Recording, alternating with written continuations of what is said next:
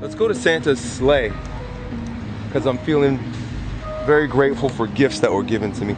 Danny just brought me this from his trip in Belize. And when Colleen and I first got married, we started collecting little figurines like this of a man and a woman embracing each other. So I think that segues into a really good conversation that we could have today.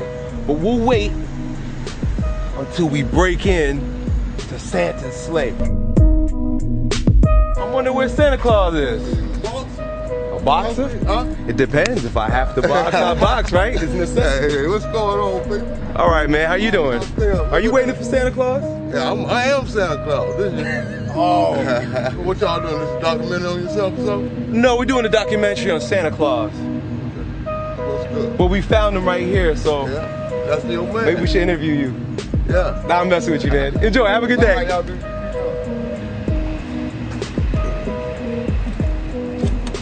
Ain't no telling.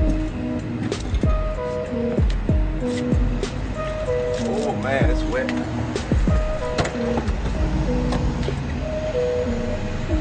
Place my little gift right there. On Donner, on Dixon, on Connor, on Frickson. Right? So today's video is sponsored by Audible.com, which if you've been watching my videos long enough, you know I've been using Audible in order to enlighten myself, read books and learn. Oh shit. Now before I offer a few book recommendations on sex, that's what I'd like to talk to you guys about today. Audible is offering our listeners a free 30-day trial membership. Just go to audible.com/strength and browse the over 180,000 audio programs. Download a title free and start listening today. It's that easy. Go to audible.com/strength. That's audible.com/strength and get started today. There's a link down below in case you guys are wondering. The purpose of today's video is to share some of my ideas with regard to sex, and it's interesting that I got this beautiful gift here, and I'm gonna bounce from Santa Claus' wet ass seat, and I'm gonna walk down by the water. So what I'd like to do is just offer you guys 3 book recommendations, all revolving around sex. It's been a topic of interest to a lot of people in my asking questions, and I've got a cool story about a young man who came to my gym yesterday who asked about marriage and my stance on it. So the very first book that I'd recommend is Enlightened Sex by David Deida. If you've read The Way of the Superior Man, you know just how powerful his ideas are. Enlightened Sex revolves around sexual energy, masculine and feminine sexual energy, and the interplay as it relates to human sexuality, as well as Taoist sexual secrets. In fact, I just downloaded that one yesterday, so I haven't listened to it yet. And then Sex at Dawn, which was recommended by Paul Chek. And in fact, the young man that came to Strength Camp yesterday for Open Gym asked me about Sex at Dawn as it relates to the scientific research revolving around monogamy or polyamorism, like which is appropriate for human beings. Are human beings supposed to be monogamous? Are you supposed to be married? Or are you supposed to be what would it be to have multiple partners? Polygamy or polyamorous? And the very first thing that I had to make very clear to the young man was that I have no stance. I'm not like pro-marriage or anti-marriage. I think that way of thinking doesn't take into account the individual, right? For someone to say that all people should do this because it's correct, or all people should avoid this because it's correct, to me doesn't take into account the variability in character, doesn't take into the variability of our vision and our purpose for ourselves. So there's so much more to it than being pro-marriage or anti-marriage. You see what I'm saying? The question I ask, especially as it relates to it being scientifically sound, is it biologically sound for human beings to engage in activity X, Y, or Z, is how is it working out for you, right? Now obviously marriage isn't working out for 60% of Americans, as most people divorce. And if it's not working out for you, well then end the shit. Don't do it. That's really the question. If you're weightlifting, if you're taking supplements, if you're on some sort of a strange diet in order to get a result, it's all unnatural. Just like marriage may or may not be.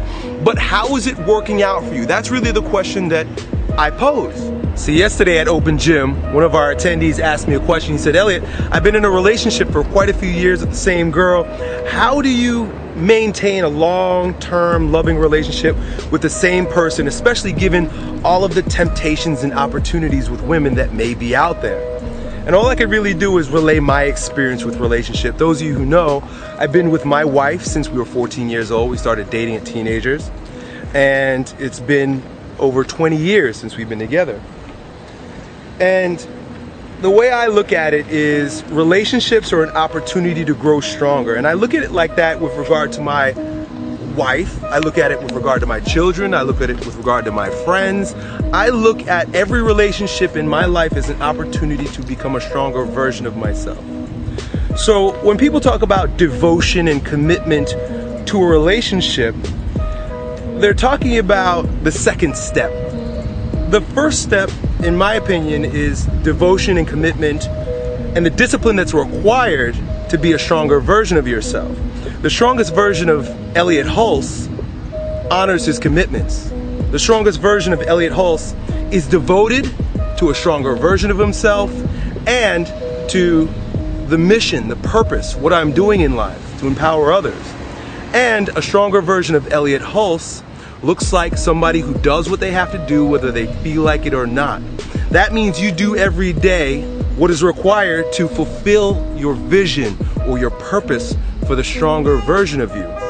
So in relationships, as in health, fitness, fat loss, business, anything else in life, you're going to have temptations. You're going to have distraction.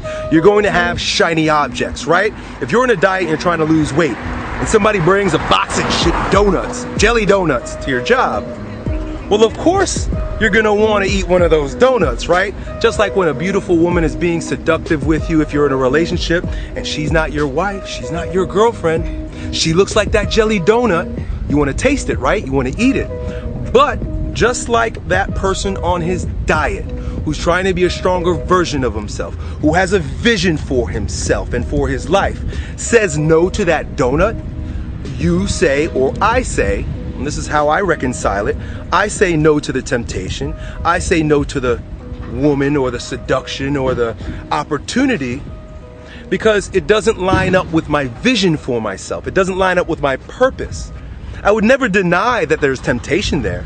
I would never say that, man, this woman looks great and I wouldn't mind being with her, right? I mean, that would just be denying biology. Sure, she's sexy. Sure, she's attractive. Sure, she smells good. But so does that fucking donut, right? And if I eat that donut, I'm not gonna reach my heights. If I have sex with that woman, I'm not gonna reach my heights. So the commitment in relationships, I want you to understand, and the devotion in your relationships, I want you to understand, is not so much for the other person. We like to take and give our power away to other people saying, well, oh shucks, I'm committed in a relationship, I'm married, that sucks, I'm stuck in this prison, I can't do what I want, my girlfriend, my wife, blah, blah, blah, whatever the case may be. You could look at it that way, or you could look at it like, damn, there's an opportunity for me right now to say no.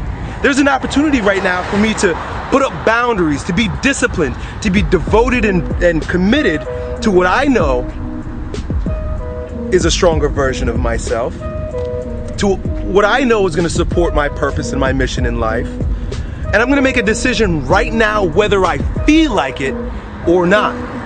When you commit to your relationship, when you commit and you're devoted to a stronger version of yourself, when you do with discipline every single day what you have to do whether you feel like it or not, you allow the world and every opportunity that you get to be a stronger version of yourself, and you're an inspiration to others.